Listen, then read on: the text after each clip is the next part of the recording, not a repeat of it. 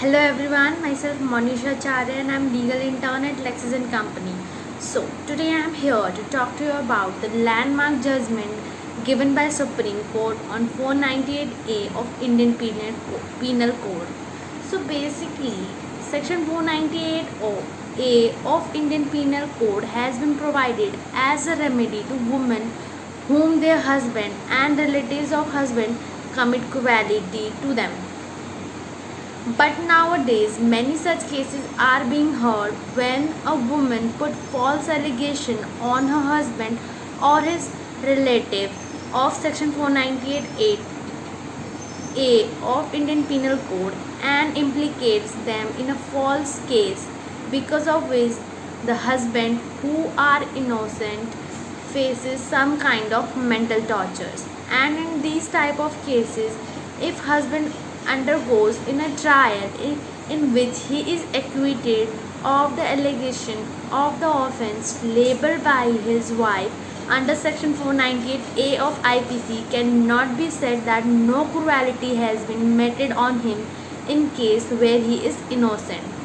The order has been made in favor of husband by the Honorable Supreme Court in case of Rani Narasimha Sastry versus Rani Sushila Rani 2009 case, in which bench of Justice Ashok Bhushan and Justice Naveen Shina was there, and Honorable Supreme Court disapproved the approach of High Court judicature at Hyderabad, in which it was stated that the divorce cannot be granted to the husband merely because the wife has sought maintenance or had filed complaint against him for the offence punishable under 498A of the IPC.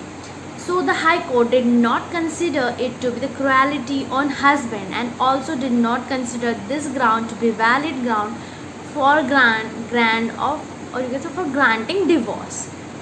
But when the husband appealed in the Supreme Court, did not accept the approach of High Court as correct and ordered that the above observation of the High Court cannot be approved. So basically, Supreme Court did not approve the High Court approach.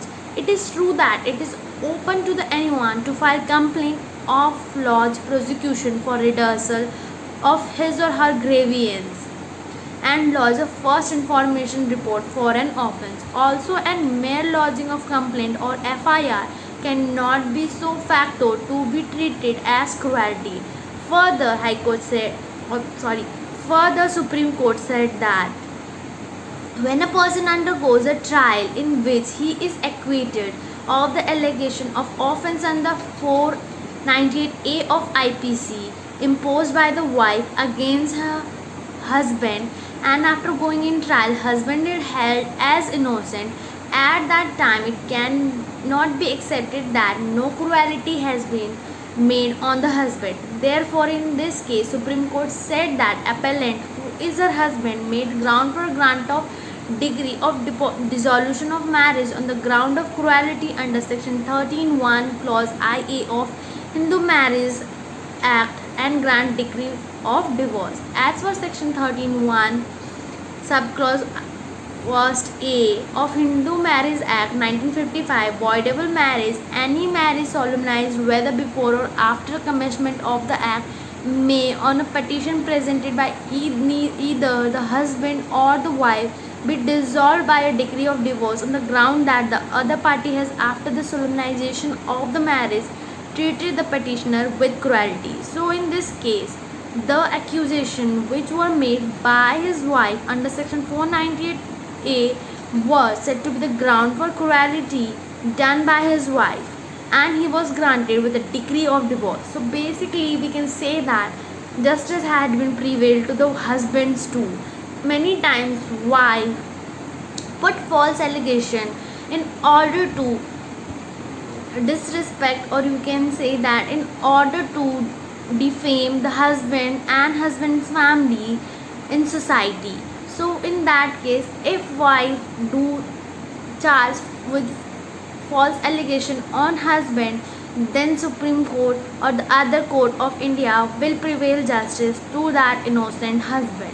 I hope you have understood this topic. For more such information, do not forget to subscribe to the channel and do like, share and comment. Thank you.